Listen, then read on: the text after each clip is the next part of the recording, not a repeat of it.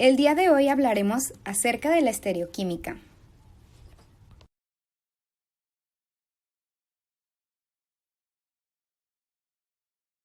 Bueno, pues un estereoisómero es un isómero que tiene la misma fórmula molecular y la misma secuencia de átomos enlazados con los mismos enlaces entre sus átomos, pero estos difieren en la orientación tridimensional de sus átomos en el espacio. En los estereoisómeros los átomos están conectados de igual manera en ambas moléculas. La diferencia radica en la distinta orientación espacial de los átomos o grupos de átomos. Estos se pueden clasificar en isómeros conformacionales e isómeros configuracionales. Los isómeros conformacionales se caracterizan por poder interconvertirse. Esto quiere decir que modifican su orientación espacial y se convierten en otro isómero de la misma molécula. Esto se da a temperatura ambiente por rotación en torno a enlaces simples. Estas conformaciones se denominan antieclipsadas o alternada, como podemos observar en la imagen. Son compuestos que generalmente no pueden aislarse físicamente. Esto se debe a su facilidad de interconversión. Los configuracionales no pueden interconvertirse a temperatura ambiente. Es por esto que, a diferencia de los conformacionales que ya antes mencioné, los configuracionales sí pueden separarse. Para pasar de uno a otro es preciso normalmente romper y formar enlaces. Y este tipo de estereoisómeros se dividen en dos categorías, en geométricos y ópticos. Los geométricos se originan por la distinta orientación de átomos o grupos respecto de un doble enlace o un plano de anillo. Y los ópticos se originan por la distinta orientación espacial en torno a un estereocentro o centro quiral, generalmente un carbono con hibridación sp3 unido a 4 sustituyentes distintos. Esta clase abarca a dos tipos de isómeros configuracionales. Son los enantiómeros y los diastereoisómeros, que son temas que a continuación explicaremos.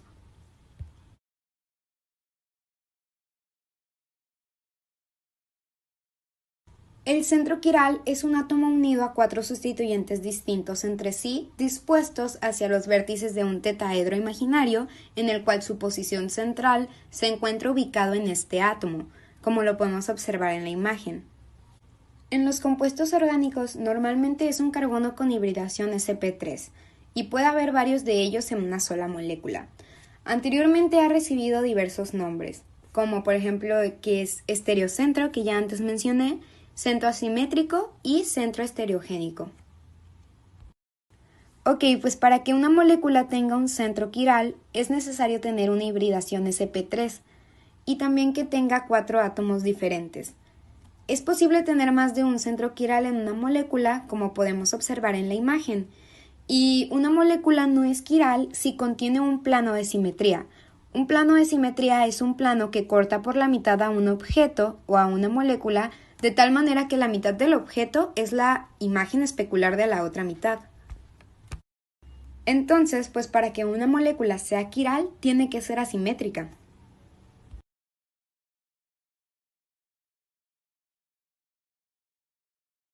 Los enantiómeros son moléculas quirales con imágenes especulares no superponibles. Estos están conformados por lo menos con un carbono quiral, además que presentan propiedades físicas y químicas similares, pero con actividad biológica diferente. Estas son moléculas que presentan una actividad óptica opuesta frente a luz polarizada. Como ejemplo, en los modelos moleculares podemos observar que las dos moléculas no se superponen, además de que la presencia de un carbono asimétrico con sustituyentes distintos, como sería el metilo, hidrógeno, cloro y bromo, hace posible que esta molécula y su imagen especular sean distintas.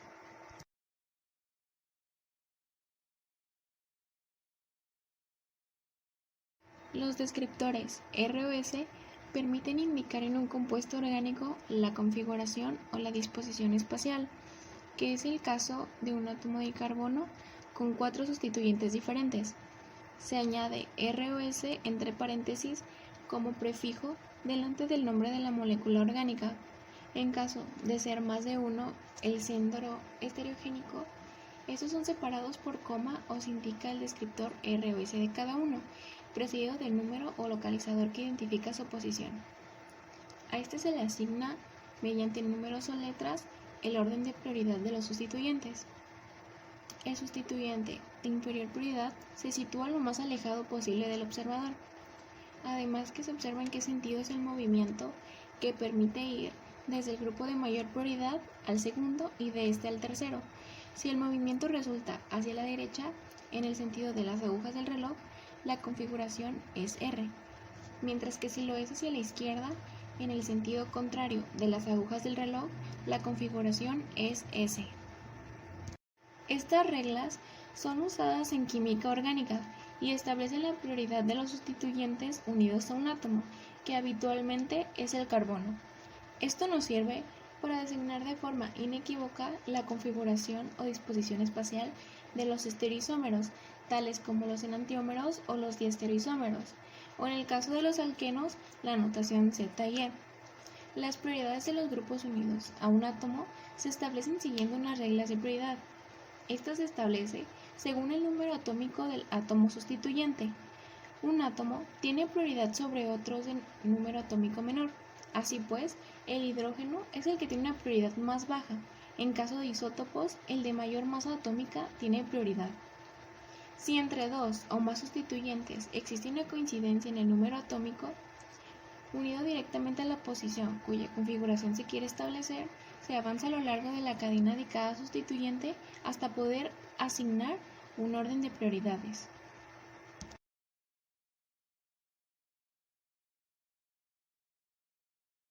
Los diestereoisómeros se producen cuando dos o más estereoisómeros de un compuesto tienen configuraciones diferentes en una o más, pero no todas son equivalentes relacionadas. Los estereocentros no son imágenes especulares uno del otro. Cuando dos diestereoisómeros se diferencian entre sí en un solo estereocentro, son epímeros. Cada estereocentro da lugar a dos configuraciones diferentes y por lo tanto aumenta el número de estereoisómeros en un factor de 2. Los diestereoisómeros se diferencian de los enantiómeros ya que estos últimos son los pares de estereoisómeros que difieren de todos los estereocentros y por lo tanto son reflejos uno del otro. Los enantiómeros de un compuesto con más de un estereocentro también son llamados diestereoisómeros de los otros estereoisómeros del compuesto, que no es una imagen especular. Los diestereoisómeros tienen diferentes propiedades físicas y diferente reactividad, a diferencia de los enantiómeros. Se dice que dos moléculas son diestereoisómeros si solo un centro quiral difiere entre los dos estereoisómeros. Si una molécula contiene un solo centro quiral, tendrá dos formas enantioméricas. Si una molécula contiene dos centros quirales, hay 4 configuraciones posibles, y estas no serán forma de una imagen de espejo. Así, las posibilidades continúan multiplicándose mientras haya más centros quirales en una molécula. Dentro del grupo de los diesterómeros se encuentran los compuestos meso, los isómeros cis-trans, que antes eran conocidos como isómeros geométricos, los conformeros o isómeros conformacionales y los isómeros que no son enantiómeros entre ellos. Al poseer los diestereoisómeros propiedades físicas diferentes, estos pueden separarse mediante procedimientos como la destilación, cristalización o cromatografía.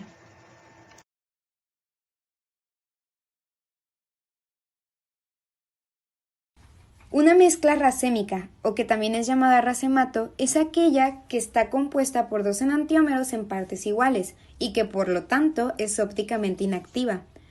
Esta actividad óptica se refiere a la capacidad de sus disoluciones de hacer rotar un haz de luz polarizada que viaja a través de ellas en una dirección, ya sea en sentido horario o antihorario.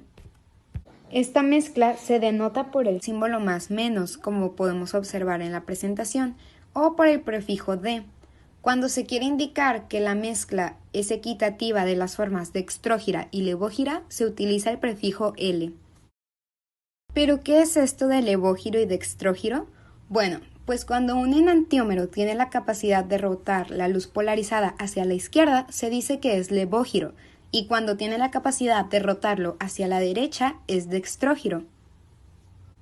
Pongámoslo así, si una molécula rota la luz polarizada hacia la izquierda, levogiro, su efecto se cancelará inmediatamente cuando ésta se tropiece, por así decirlo, con otra molécula que rote hacia la derecha, dextrógiro, y así sucesivamente. A esto es a lo que le llamamos mezcla racémica, y es por eso que se dice que las mezclas racémicas son ópticamente inactivas. Y cuando esto sucede, se dice que hay iguales cantidades de enantiómeros levógiro y dextrógiro, y pues su actividad óptica disminuye hasta inactivarse.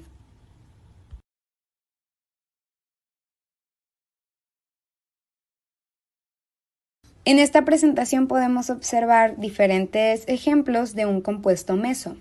Un compuesto meso es un compuesto que contiene dos estereocentros o más, pero es superponible con su imagen especular. Algo que caracteriza este tipo de compuestos es la presencia de un plano interno de simetría. Esta divide a la molécula de tal modo que una mitad es imagen de la otra mitad. Con esto nos podemos dar cuenta de que una forma meso es así aquiral.